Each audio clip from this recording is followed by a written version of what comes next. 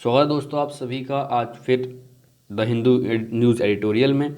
और आज की तारीख है हमारी 3 जनवरी 2022, दिन है मंडे। और देखते हैं आज का द हिंदू न्यूज़पेपर। देखिए, तो आज का द हिंदू न्यूज़पेपर स्टार्ट करने से पहले मैं आपको ये बताऊंगा कि इस न्यूज़ आज हम काफ़ी आर्टिकल्स आए हुए हैं, काफ़ी न्यूज़ आई हुई हैं। तो देखिए, अब इसमें क्या है कि अगर आप चाहते हैं और यहाँ पर हम क्या करते हैं, यहाँ पर हम इसको न्यूज़ एडिटोरियल को इसको ऊपर ऊपर से सरसरी नज़रों से देखते हैं और फिर इसके अगर नोट्स वगैरह हैं जो हम टेलीग्राम पे अपलोड करते हैं। और हाँ, अगर आप इस पीडीएफ को चाहते हो तो आपको एक काम करना पड़ेगा। काम ये है कि आपको करना पड़ेगा क्या, टेलीग्राम डाउनलोड करने के बाद आपको क्या करना है। टेलीग्राम डाउनलोड करने के बाद आपको सिंपली वहाँ एक चैनल है उस पर जाना है। देखिए, यहाँ पर जाएंगे टेलीग्राम पे तो आपको लिखना पड़ेगा यहाँ पर फ्यूचर टू यू अकेडमी पर जब जाएंगे तो आप यहाँ पर पाएंगे कि बहुत सारे नोट्स वगैरह सारे के सारे प्रोवाइड करवा रखे हैं। और यहीं पर आपको जाकर क्या करना है, यहीं पर आपको ये मिलेगी पीडीएफ।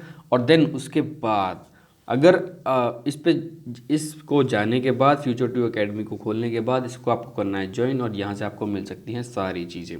चलिए, तो अब हम स्टार्ट करते हैं अपने आज स्टार्ट करते हैं आज क्वेश्चंस के स्टार्ट से। देखो, क्वेश्चन लेते हैं सबसे पहले। एक प्रीवियस ईयर क्वेश्चन पेपर से एक 2020 का क्वेश्चन पेपर था, उसमें एक क्वेश्चन आया हुआ था कि in the context of Indian history Rakhmabai case 1884 revolved around. अब ये कह रहे हैं कि जो इंडियन हिस्ट्री कंसेप्ट पर अगर हम देखें तो रखमाबाई जो केस था वो किस चीज़ के इर्द गिर्द घूम रहा था। पहला जो ऑप्शन दे रखा है वो women right to gain election, अगला एज ऑफ कंसेंट, उससे अगला दे रखा है रेस्टिट्यूशन ऑफ कंजुगल राइट्स। फिर इसमें से करेक्ट ऑप्शन को हमें चूज़ करना है कि 1 और 2 आंसर है या 2 या 3 आंसर है या 1 या 3 only, 1 and 2 only, 2 and 3 only, 1 and 3 only, और 1, 2 एंड 3 ओनली। देखिए, इसका आंसर मैं नीचे दिया हुआ है। अब बाकी आपका काम ये है कि आप रखमाबाई केस को पूरा पढ़ेंगे, देन उसके बाद आप मुझे कमेंट सेक्शन में ज़रूर बताएंगे कि रखमाबाई केस था क्या। चलिए, अब स्टार्ट करते हैं हम अपने द हिंदू न्यूज़ एडिटोरियल्स को। देखिए, अब इसमें जो पहली न्यूज़ हमें दे रखी है वो है 8 lakh income reasonable cap for EWS quota. अब देखो, अब इसमें क्या है, थोड़े दिन पहले ईडब्ल्यूएस सुप्रीम कोर्ट ने कहा था कि आपने ये जो ईडब्ल्यूएस कोटा की जो 8 लाख की लिमिट रख रखी हुई है, इसका आपने क्या मेथड अप्लाई किया है इसमें, या फिर क्या पैरामीटर्स रहे हैं आपके। तो इन सब चीज़ों की हमें एक रिपोर्ट दो। तो आज वो एक रिपोर्ट आई है, उस रिपोर्ट के बारे में हम ज़रा देख लेते हैं कि वो रिपोर्ट में क्या लिखा हुआ है।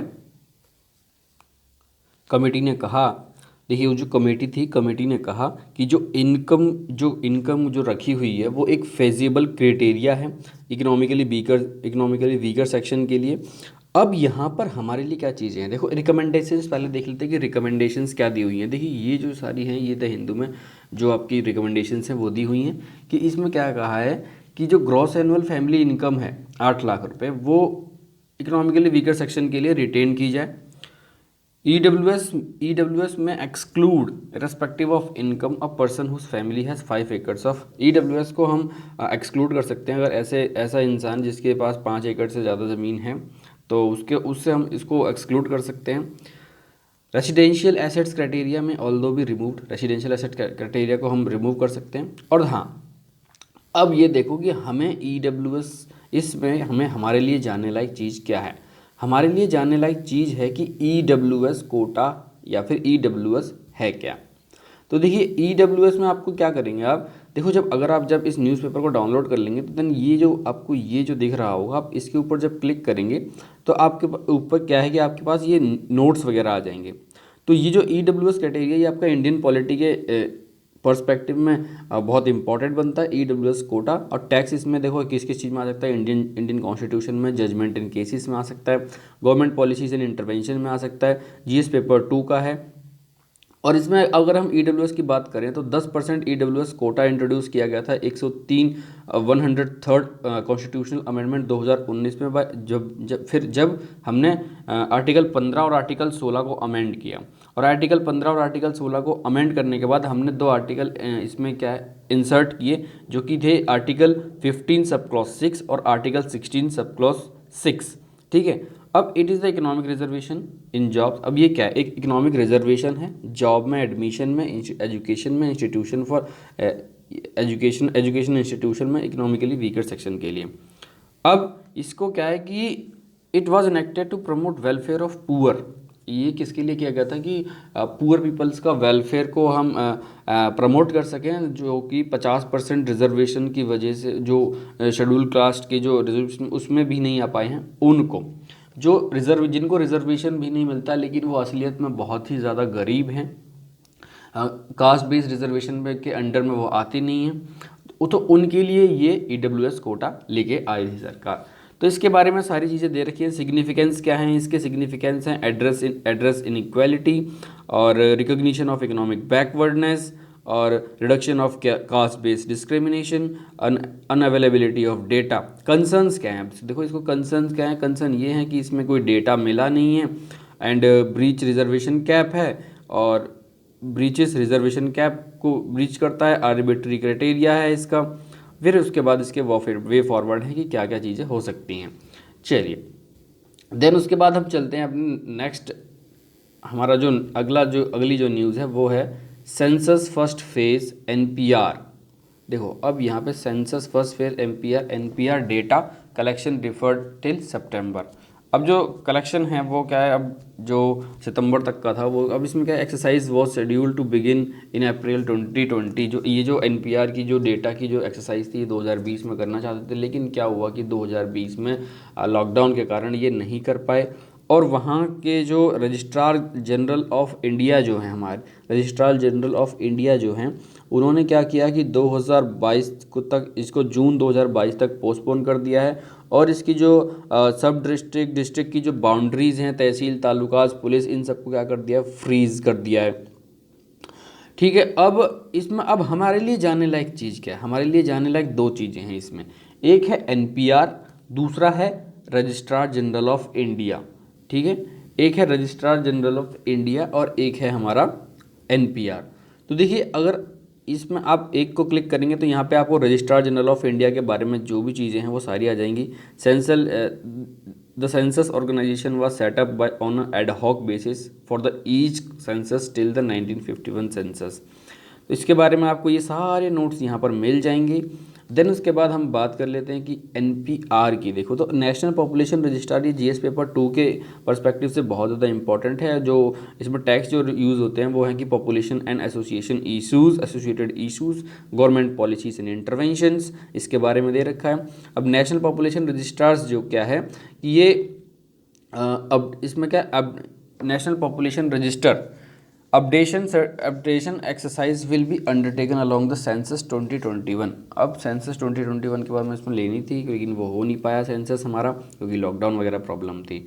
It will be conducted by the office of, ये कहाँ से कंडक्ट होगा, रजिस्ट्रार जनरल ऑफ इंडिया से, जो कि होम मिनिस्टर के अंडर में आते हैं। Only Assam will be included given the recently completed national register. अब डेफिनेशन देख लेते हैं। It is a list of usual residents of country. अब ये क्या रजिस्टर ऑफ NPR क्या है, NPR एक रजिस्टर है जिसमें कि जो रेसिडेंट्स हैं किसी कंट्री के उनका नाम वगैरह लिखा होता है। Usual resident of the country is one who has been residing in local areas for at least the last 6 months or intends to stay in a particular locations for next 6 months। अब usual resident के कौन होते हैं, ये वो किसी area में जो लोग पिछले 6 महीने से रह रहे हैं और आने वाले 6 महीने तक भी और वो रहने की उनकी इच्छा जता रहे हैं, तो वो यूजुअल रेसिडेंट हो जाते हैं। अब इसके लिए लीगल प्रोविजंस की अगर हम बात कर लें तो NPR इस प्रिपेयर्ड, इसको हम प्रिपेयर करते हैं किसके, सिटीजन एक्ट 1955, सिटीजन एक्ट 1955 और citizens registration of citizens and the citizens registration and the issues of national identity card rules 2003 के। Mandatory for everyone usual resident of India to, it is mandatory, ये क्या है, mandatory है कि जो भी usual resident of India है उसको इसमें नाम अपना रजिस्टर करवाना ही पड़ेगा। बैकग्राउंड क्या है इसका कि data of NPR was collected in 2010 along with the house listing of phase of. तो ऐसे करके ये आपको यहाँ पे न्यूज़ वगैरह, ये जितना भी इससे रिलेटेड जो नोट्स वगैरह हैं वो मैंने आपको प्रोवाइड करा दिए हैं।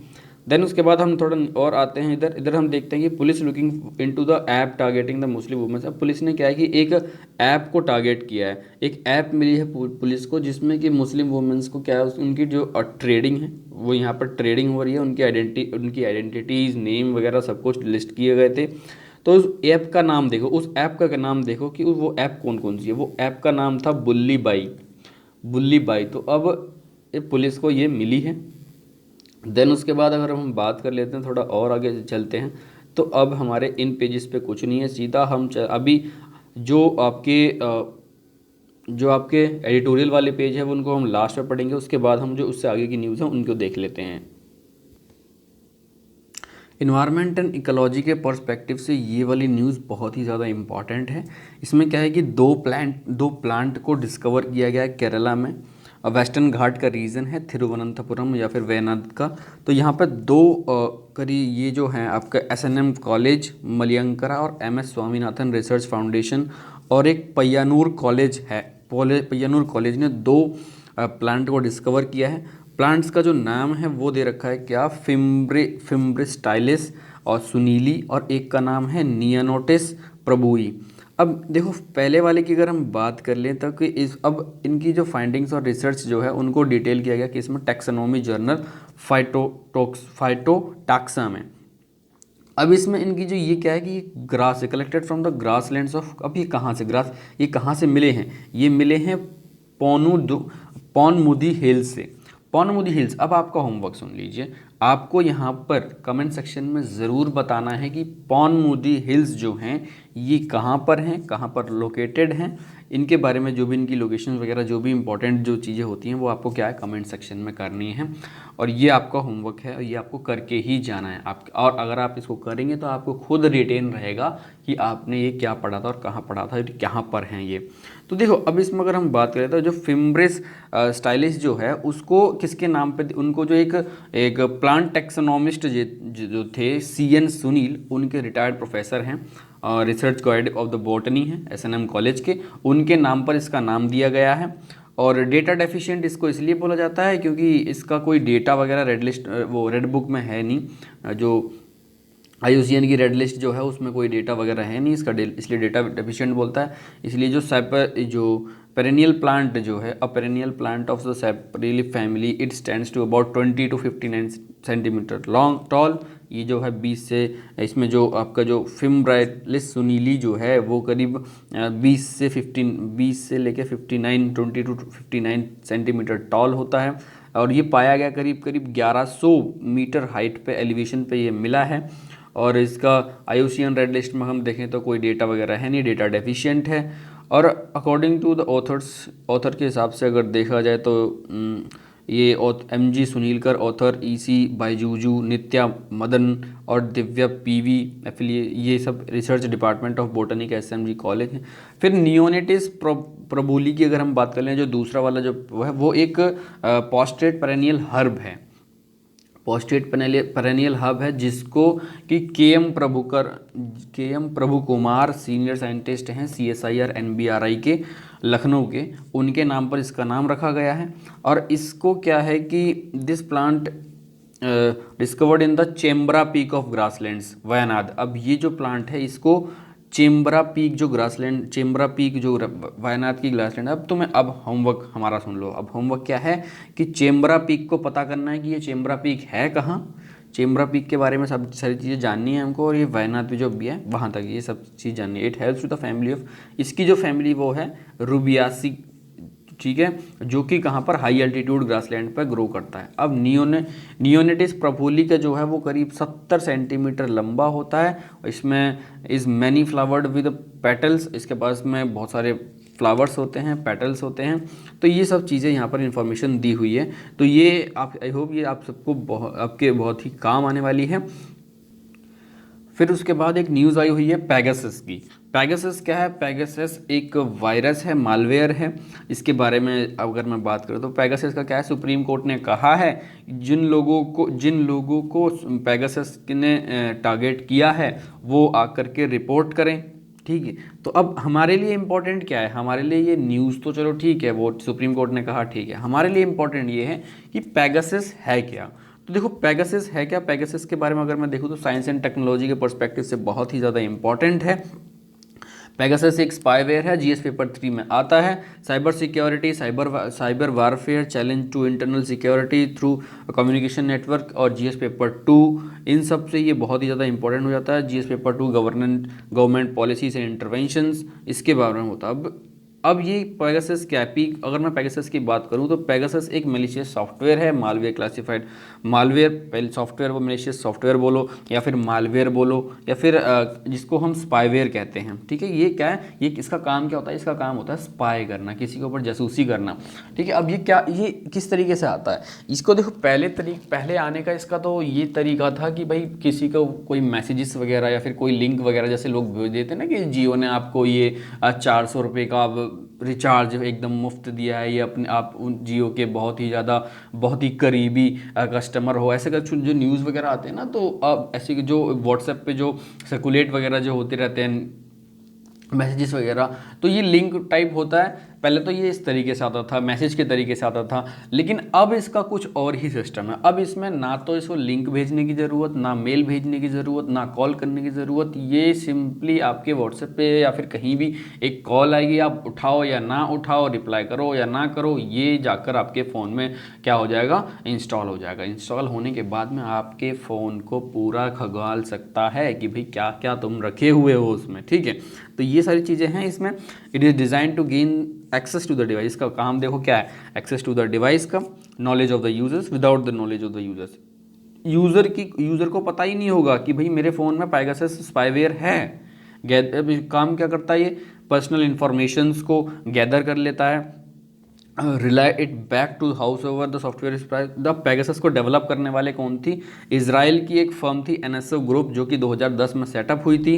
इसका अर्लियर वर्जन अगर हम बात करें, इस बार वो जो रिसर्च 2016 में आया था, infected phones through what is called the spear phishing, ठीक है। उसने जो 2016 में कहा था स्पीयर फिशिंग, जो फिशिंग के द्वारा। अब स्पीयर फिशिंग क्या होती है, हम यहाँ पे देख लेता हूँ। स्पीयर फिशिंग जो होती है कि जो टेक्स्ट मैसेज और ईमेल के द्वारा जो कोई लिंक वगैरह जो आता है ना, मैलिशियस लिंक्स वगैरह जो आते हैं, उसी को बोलते हैं हम स्पीयर फिशिंग, ठीक।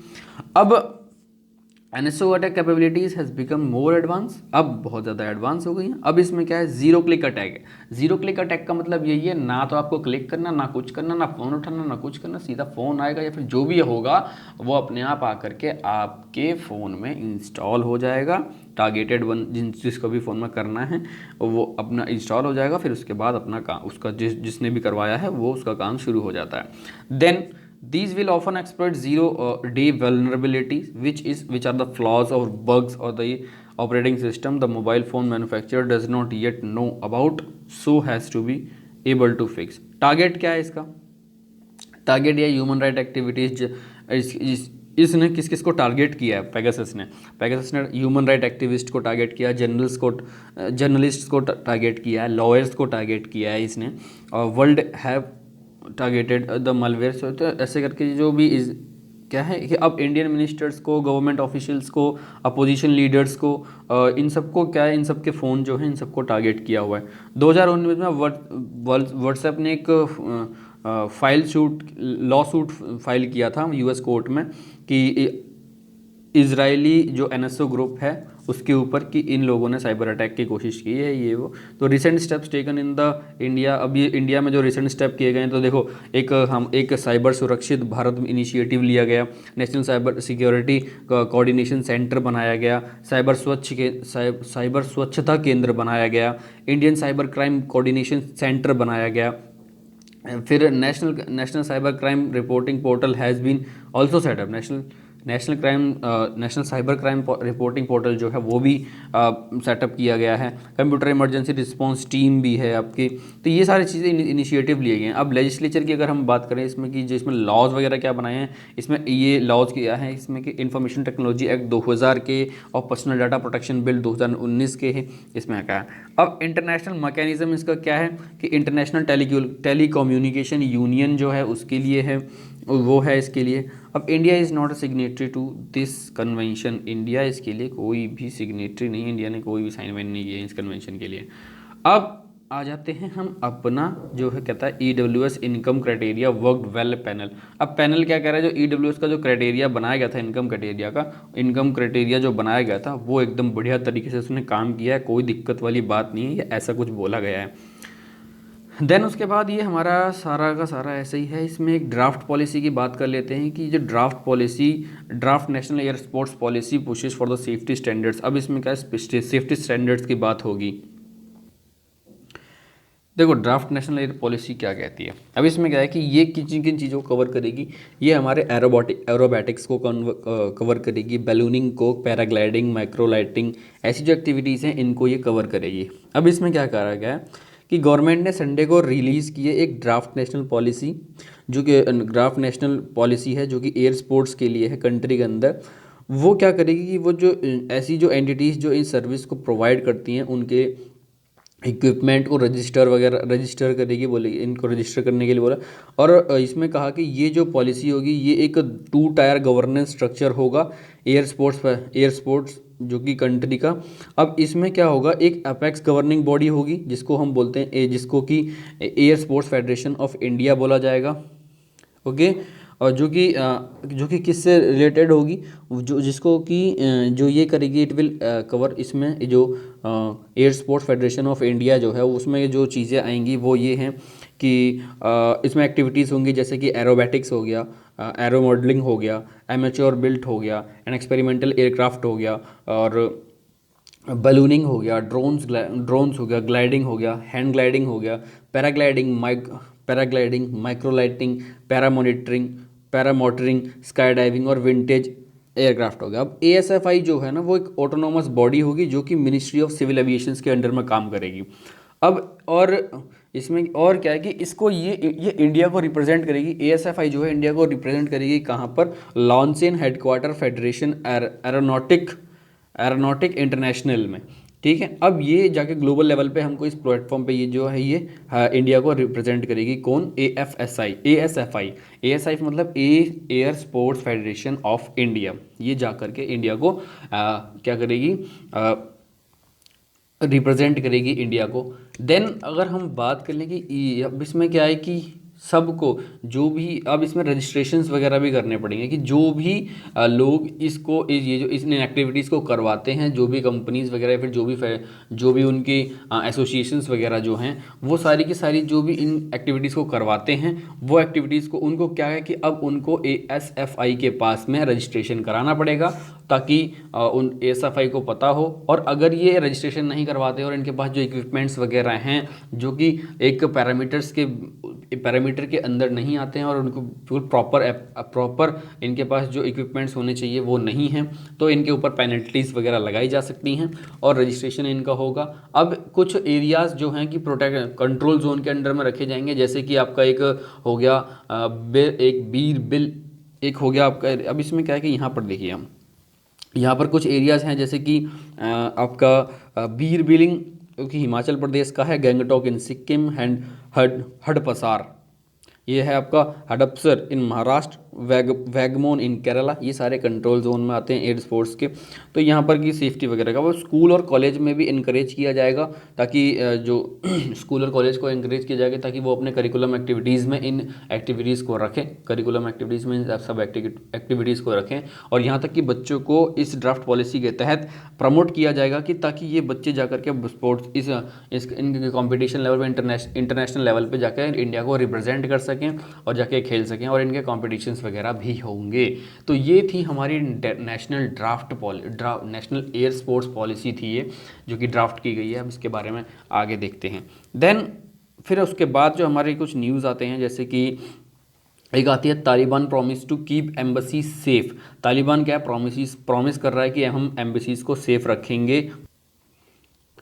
इसमें क्या है कि तालिबान कह रहा है कि जो भी देश या फिर जो भी देश जो हमारे देश को मतलब अफ़गानिस्तान को हेल्प कर रहे हैं या फिर जो भी वीट डिलीवर कर रहे हैं, वैक्सीन्स डिलीवर कर रहे हैं अफ़गानिस्तान को, तो तालिबान कहता है कि हम उनके जो डिप्लोमेट्स हैं, जितने भी डिप्लोमेट्स हैं, हम उन सारे डिप्लोमेट्स को क्या करेंगे, उनको प्रोटेक्शन प्रोवाइड करेंगे अगर वो उनकी जो खुद की जो एम्बेसीज उन्होंने जो क्लोज़ कर रखी हैं उन एम्बेसीज़ को उन एम्बेसीज़ को अगर वो काबुल के लिए रीओपन कर देते हैं तो हम उनको करेंगे। लेकिन इंडिया क्या है कि इंडिया अभी क्या है, करंट ग्राउंड सिचुएशंस को देखते हुए वो देखेगा तब जाकर कुछ इसके बारे में कोई भी डिसीजन वगैरह इंडिया लेगा। देन उसके बाद अगर हम देखें तो हमारे पास को जो न्यूज़ आई हुई है वो है 6 lakh adolescents register for vaccination. सब सुनो, जैसा कि हमको पता है कि आज 3 तारीख है और 3 जनवरी है 2022, और आज से 15 साल से 17 साल के बच्चों की वैक्सीनेशन, आज से वैक्सीनेशन स्टार्ट हो गया है। तो और इसके लिए क्या है कि करीब 6 लाख बच्चों ने रजिस्ट्रेशन करवा लिया है वैक्सीनेशन के लिए कि भाई वैक्सीनेशन अब हमको करवाना है। तो ये एक न्यूज़ बहुत ही ज़्यादा पॉजिटिव न्यूज़ आ रही है कि कम से कम इतने जो पेरेंट्स हैं वो इसके वैक्सीन के लिए बच्चों को आगे भेज रहे हैं। तो ये एक मोटिवेशन टाइप अगर हम बोलें तो, और बाकी बच्चे भी इसके लिए इसमें बढ़ चढ़कर हिस्सा लेंगे और वैक्सीनेशन अपना भी करवाएंगे। चलिए, देन उसके बाद हम बात कर लेते हैं कि डियोबाग visits ideal to resume India Nepal talks ex envoy. अब ये हमारे लिए इम्पॉर्टेंट क्यों हो जाता है? ये हमारे लिए इम्पॉर्टेंट इसलिए होता है, इसमें अब हमको क्या चीज़ें जाननी पड़ेंगी। अब होमवर्क ये है कि आपको इंडिया और नेपाल के क्या करने हैं, रिलेशंस को पढ़ना है। आपको ये इंटरनेशनल रिलेशंस के पर्सपेक्टिव से बहुत ही ज़्यादा इंपॉर्टेंट हो जाता है। और इसमें आपको क्या पढ़ना है, आपको ये जानना है कि इंडिया और नेपाल के क्या हैं रिलेशंस। तो ये आपके लिए इंपॉर्टेंट है कि देवबा कौन है। पहले तो ये बात ये देखो कि देवबा है कौन। देवबा का पूरा नाम जो है वो है शेर बहादुर देवबा। ये कौन है? ये नेपाल के क्या हैं, प्रधानमंत्री हैं। ये कौन है? देवबा नेपाल पीएम है ये देवबा।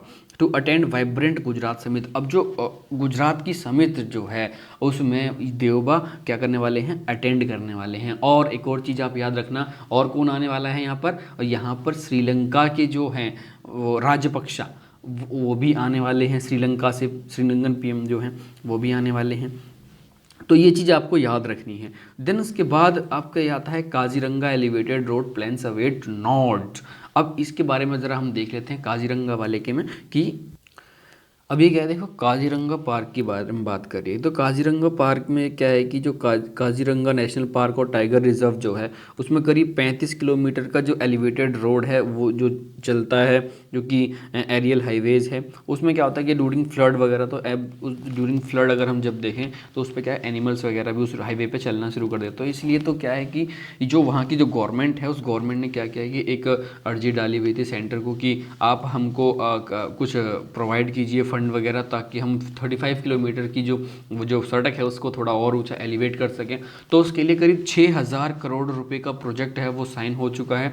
लेकिन क्या है कि वहाँ से जो पब्लिक वर्क डिपार्टमेंट जो वहाँ की है वो पब्लिक वर्क डिपार्टमेंट कह रही है कि अभी तक हमको क्लियरेंस वगैरह नहीं मिला है। तो बस यही इसमें न्यूज़ है। अब हमारे लिए इंपॉर्टेंट क्या है इसमें, हमारे लिए इसमें इंपॉर्टेंट है काजीरंगा नेशनल पार्क और टाइगर रिजर्व। इसके बारे में जो भी चीज़ें हो सकती हैं वो यहाँ पर लिखी हुई हैं। देखो बायोडिवर्सिटी और इन्वायरमेंट के पर्सपेक्टिव से बहुत ही ज़्यादा इंपॉर्टेंट हो जाता है। काजीरंगा नेशनल पार्क है आपका, टैग इसमें आते हैं कि जीएस पेपर है आपका, जीएस पेपर का है, और कंजर्वेशन और गवर्नमेंट पॉलिसीज और इंटरवेंशन में आता है। अब काजीरंगा पार्क अथॉरिटीज़ के बारे में ये सब सारी चीज़ें लिखी हुई हैं कि इनोडेटेड ड्यू टू द फ्लड, ये फ्लड वगैरह इसमें आ जाती है। ये मैंने जो कि आपको बताया। इसकी लोकेशन क्या है, लोकेशन हमारे लिए इंपॉर्टेंट है कि लोकेशन है इसकी स्टेट ऑफ असम। इसमें करीब 42,996 हेक्टेयर में फैला हुआ है। एक सिंगल लार्जेस्ट अनडिस्टर्ब्ड और representative area of Brahmaputra valley flood plain है। ब्रह्मपुत्र वैली का फ्लड प्लेन एक सिंगल लार्जेस्ट और अनडिस्टर्ब्ड एरिया है ये। लीगल स्टेटस की अगर हम बात कर लें इसकी, तो it was declared national park इन 1974। इसको नेशनल पार्क तब 1974 में डिक्लेयर किया गया। और टाइगर रिजर्व इसको टाइगर रिजर्व 2007 में डिक्लेयर किया गया।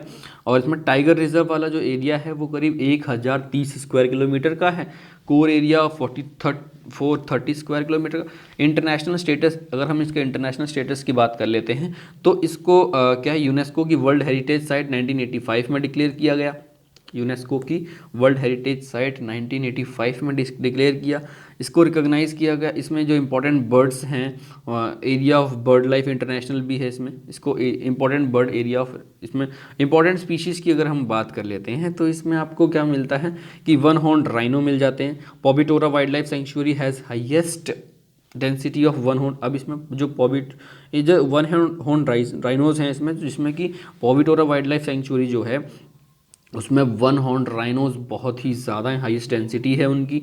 और सेकंड हाईएस्ट जो राइनोज की है वो आती है असम में, जो कि after Kaziranga national park, Kaziranga national park के बाद आती है, जो कि rhinos in Assam after Kaziranga. अब much of the focus conservation of efforts of Kaziranga are focus on the big four species. सबसे ज़्यादा तो 4 स्पीसीज पे ध्यान दिया जाता है। देखो, एक राइनो पे दिया जाता है, एक एलिफेंट पे, एक रॉयल बंगाल टाइगर पे, और एक एशियाटिक वाटर बफेलो के ऊपर बहुत ही ज़्यादा ध्यान दिया जाता है यहाँ पर। अब उसके बाद रॉयल बंगाल टाइगर और एशियाटिक बफेलो हैं ये आपकी। अब 2018 में सेंसस में यील्ड किया गया कि 2413 राइनोज थे और करीब करीब 1100 एलिफेंट थे। 2018 के सेंसस जो हुआ था उनमें जो इनकी गिनती हुई थी तो उसमें ये पाया गया था। और फिगर्स के हिसाब से जो टाइगर 2014 में काजीरंगा के अंदर करीब 103 टाइगर थे, third population in India after the Corbett national park. जो Jim Corbett national park 2000 Jim Corbett national park में 215 थे। उत्तराखंड के जो उत्तराखंड का जो बंदीपुर इन जो कि उत्तराखंड में है, और एक बंदीपुर नेशनल पार्क है, 120 थे वहाँ पर, और 103 कहाँ पर थे, काजीरंगा में। तो सबसे ज़्यादा कहाँ पर है, जिम कॉर्बेट नेशनल पार्क में, उसके बाद है कहाँ पर, बंदीपुर नेशनल पार्क में 120 हैं, और उसके बाद जो थर्ड नंबर पे जो आता है वो है हमारा काजीरंगा, काजीरंगा में है 103। कौन, टाइगर्स हैं ये सारे के सारे। कर्नाटका में जो बंदीपुर नेशनल पार्क जो है वो आपका कर्नाटका में। Kaziranga is also the home for 9 of the 14 species. 14 species के से भी देखिए, जैसे कि अब इसमें रिवर्स और हिमालयस की बात कर लेते हैं कि रिवर कौन सी आती है काजीरंगा के आसपास में, रिवर या फिर हाईवेज कौन कौन से आते हैं। देखो, नेशनल हाईवे 37 यहाँ से पास करता है, और park also has more than 250 seasonal water bodies. इसमें सीजनल 250 सीजनल वाटर बॉडीज़ हैं। बिसाइड्स इसमें कि धीपलू रिवर रनिंग थ्रू इट, इसमें से धीपलू रिवर निकलती है, यहाँ से इसमें से निकलती हुई जाती है। देन बाकी नेशनल पार्क जो इसके आसपास में पड़ते हैं, जो असम में जो हैं, वो क्या हैं कि Dibru Saikhowa national park, Manas national park, Nameri national park है, राजीव गांधी और और्ग नेशनल पार्क है, ओरांग नेशनल पार्क है। ये सब नेशनल पार्क हैं। तो इसके बारे में मैं उम्मीद करता हूँ आपको बहुत अच्छी से चीज़ें समझ में आ गई होंगी कि काजीरंगा है क्या और ये पूरा का पूरा मामला था क्या। चलिए, तो अब हम आगे चलते हैं इसमें कि देखते हैं कि ये क्या है। With recent overtures India China eye stability in ties of a few tensions. बहुत ही ज़्यादा इंपॉर्टेंट आर्टिकल है, इसको हम देख लेते हैं। पूरा का पूरा है, एकदम बढ़िया तरीके से बताऊंगा आपको कि ये है क्या। देखिए, तो इसमें जो हमारी न्यूज़ है, इसमें क्या हुआ है कि जो नए साल पे क्या हुआ कि जो इंडियंस और इंडिया चाइना बॉर्डर पे क्या हुआ कि जो भी पोस्ट हैं सोल्जर्स ने क्या किया है कि जो हमारे जवान और जो चाइना के जवान हैं उन्होंने दोनों ने मिल करके क्या कि स्वीट्स एक्सचेंज की हैं। तो ये एक बोल सकते हैं कि एक सिग्नल है कि आगे बीजिंग की तरफ से या फिर दिल्ली की तरफ से एक बहुत ही अच्छे तरीके से जो रिलेशंस हैं उनको बनाने की कोशिश की जा रही है। तो इसमें कुछ एक सिग्नल्स आ रहे हैं कि अब ये सब सिग्नल आ रहे हैं कि अब भले ही अभी तक यहाँ पर करीब 1 लाख से भी ज़्यादा जो ट्रूप्स हैं अभी तक वहाँ पर हैं, किसी ने यहाँ पर बीच में डिसंगेजमेंट भी हुआ था। तो ये सब चीज़ें हैं इसमें लिखी हुई हैं। फिर उसके बाद कोई ये सब जो कुछ टेंशन अभी थोड़े दिन पहले आई है, जो कि करीब फेब में या फिर मार्च में 2021 फेब या मार्च में चाइना ने अपना खुद का एक रूल निकाला था। उनका एक खुद का रूल, एक लॉ आया था जिससे कि वो फ्रंटियर जो भी उनकी खुद की जो ज़मीन है वो जिसको डिक्लेयर कर देते हैं कि वो उनकी है, तो फिर वो उसके ऊपर उनकी जो आर्मी है या फिर वो कुछ भी करने मरने या मारने को उतारू हो जाएगी। ऐसा कुछ मतलब ऐसा कुछ एक लॉ आया हुआ था। तो उस लॉ के बारे में आपको जानना है कि वो लॉ क्या है था। देन उसके बाद हमारी ट्रेड टाइज के बारे में, तो हो सकता है कि ये बायलैटरल ट्रेड जो है हमारा उसके चलते ये चीज़ें सुधरती दिखें। तो उम्मीद तो यही करेंगे कि ये चीज़ें सुधरती दिखें। और इसमें कि ये भी है कि अपना जो आपका पीपल्स लिबरेशन आर्मी जो है उसने दैमचौक में यहाँ पर अपना जो स्टेटस को विड्रॉ करने की बात की। दैमचौक में, हॉट स्प्रिंग में है, दपसंग प्लेन है, ये सारी चीज़ों में आपने करने की बात की है। देन उसके बाद हम आगे चलते हैं थोड़ा और देखते हैं कि कुछ और हमारे लिए इम्पोर्टेंट हो। तो ये न्यूज़ है हमारी, पिलग्रिम्स प्रे एट रिबुल्ट पाक टेम्पल। अब पिलग्रिम्स जो हैं उन्होंने क्या किया, जो भी तीर्थ यात्रा करने के लिए जो गए हुए हैं लोग, देखिए, तो ये न्यूज़ जो है ना, pilgrims pray for the rebuild Pak. अब जो पिलग्रिम्स ने जो है, अब जो कंट्री के जो इस कंट्री जो पाकिस्तान में एक ओल्ड श्राइन जो थी, वो क्या उसने क्या कि इंडियंस को बहुत ज़्यादा इंडियंस को अट्रैक्ट किया, इंडियंस को यूनाइटेड स्टेट्स से और मिडल ईस्ट से कुछ लोग आए हुए हैं। जैसे कि अब देखो, इसमें 200 हिंदू पिलग्रिम्स करीब भारत से गए, यूएस से कुछ आए, कुछ मिडल ईस्ट से आए, वो आए और 100 साल पुराना रेनोवेटेड जो महाराजा 100 साल पुराना से 100 ईयर्स ओल्ड रेनोवेटेड जो कि रेनोवेट किया गया था महाराजा परमहंस जी टेम्पल जो था पाकिस्तान में सैटरडे को, उसमें कि टाइट सिक्योरिटी के अंडर क्या है कि इसको उन्होंने प्रे की। और इसमें इस मंदिर को क्या किया था, डिमोलिश कर दिया गया था, इसको तोड़ ताड़ इसमें कर दी गई थी। किसके द्वारा? रेडिकल इस्लामिक पार्टी के द्वारा इसमें तोड़ ताड़ कर दी गई थी। देन उसके बाद अगर हम बात करें इस डेलीगेशन में क्या था कि हिंदू नियरली करीब 200 पीपल फ्रॉम इंडिया से 200 लोग थे, 15 विजिटर थे फ्रॉम दुबई एंड रेस्ट बाकी के जो बचे हुए वो सारे के सारे कहाँ से थे? यूनाइटेड स्टेट्स या फिर गल्फ स्टेट से थे। अब इसमें क्या है कि जो समाधि जी, जो परमहंस जी की जो समाधि थी वो कहाँ पर है? वो करक डिस्ट्रिक्ट जो कि टेरी विलेज खैबर पख्तूनख्वा की जो कि है वहाँ पर है। एक्सटेंस उसको रिपेयर किया गया था, जो कि जिसको ख़राब कर दिया गया था जो कि एंग्री मॉब थी 2020 में। तो उसके बाद अब उसके ऊपर क्या था, अब इसमें क्या है कि इन सब के जिसके इंचार्ज थे वो थे रोहित कुमार इंचार्ज, जो कि legal affairs with the Hindu communities उनके, तो पाकिस्तान गवर्नमेंट ने। तो अब इसमें क्या है कि टुडे इन्होंने कहा कि today prayers at the mandir by yatris that is pilgrims yatris from India in a positive message. ये एक पॉजिटिव बहुत ही एक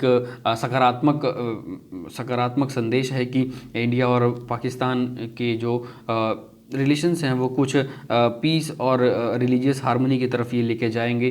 तो ये काफ़ी अच्छा एक था। और इसमें क्या है कि करीब 3.3 करोड़ रुपीज़ लेकर के जो भी JUIF मॉब थी उसमें जो उससे मिले थे, उसी से इसको क्या किया था, इसको दोबारा से इसको रेनोवेट वगैरह करा दिया गया था। तो देखिए यहाँ पर ये हमारा ख़त्म हो जाता है। देन उसके बाद ये हमारा स्टार्ट हो जाता है इधर से। आज हमारा इकोनॉमिक सेशन में कुछ आया नहीं है, तो देन उसके बाद आपका ये इम्पॉर्टेंट ये आ जाता है। तो इसमें देखो इम्पॉर्टेंट क्या है, आपको ज़रूर ज़रूर ज़रूर बहुत बहुत बहुत ध्यान से पढ़ना है।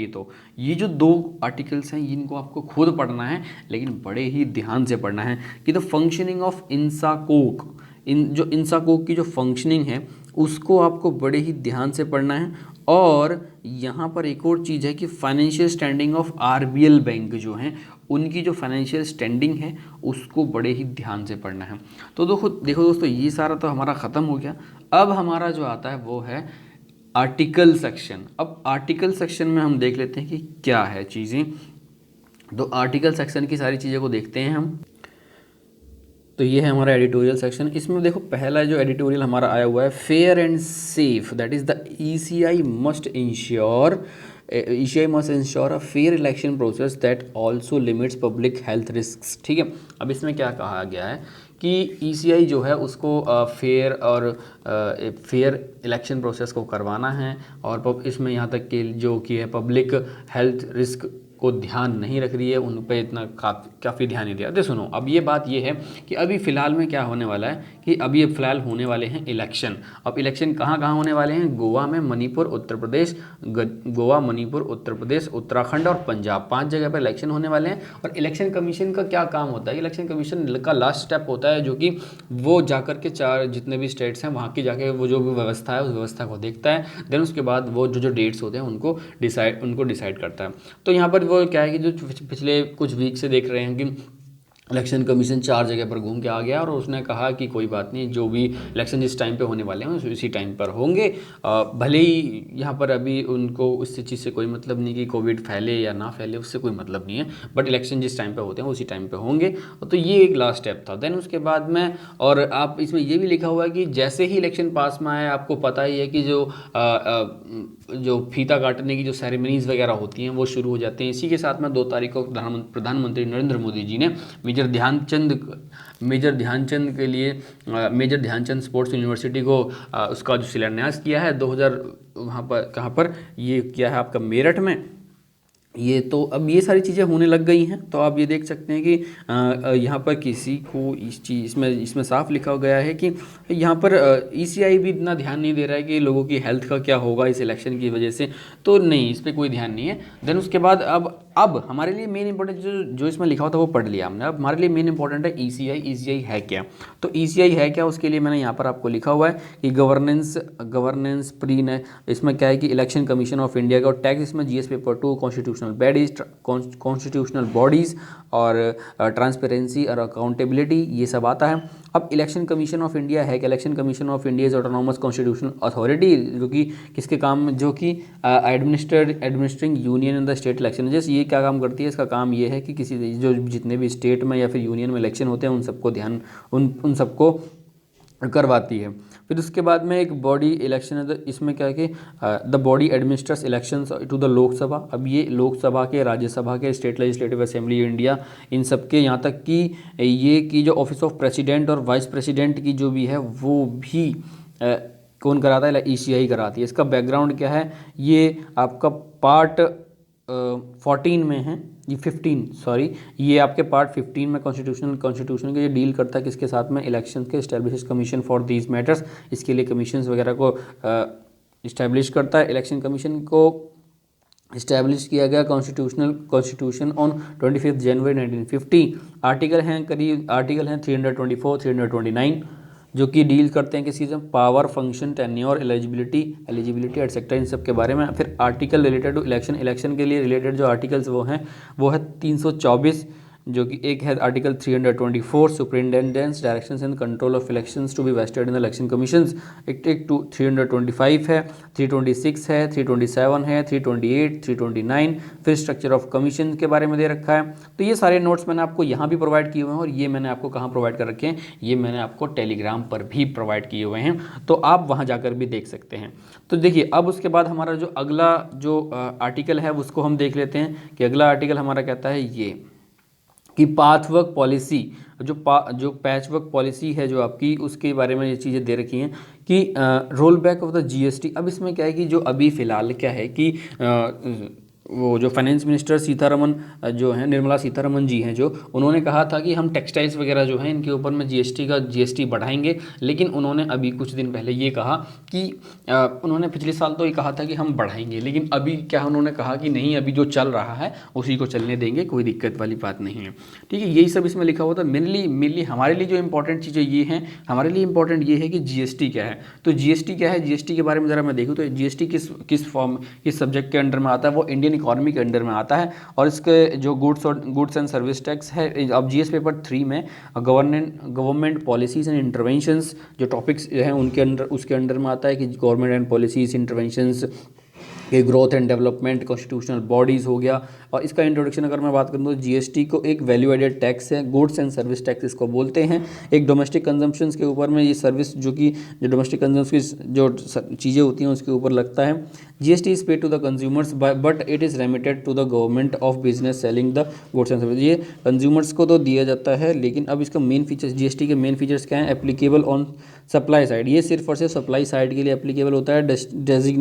डेस्टिनेशंस बेस्ड टैक्सेशन है, जितनी दूर जाएगा वहाँ उसके हिसाब से टैक्स लगता है। डुअल जीएसटी लगती है, डुअल जीएसटी इसके फीचर्स हैं, और बहुत सी सारी फीचर्स हैं, ये सारी चीज़ें आप पढ़ सकते हैं। मल्टीपल रेट्स है। इसका लेजिस्लेशन की बात करूँ और मैं तो 122 अमेंडमेंट बिल के हिसाब से ये जीएसटी का जो 2014 में हमारे आया, this got approval in 2016 and was remembered in the Rajya Sabha. ये सारी चीज़ें आपके यहाँ पे लिखी हुई हैं, ये सारे आप पढ़ सकते हैं। बड़े ही बहुत ही ज़्यादा अच्छे से मैंने आपको नोट्स प्रोवाइड कर रखे हैं।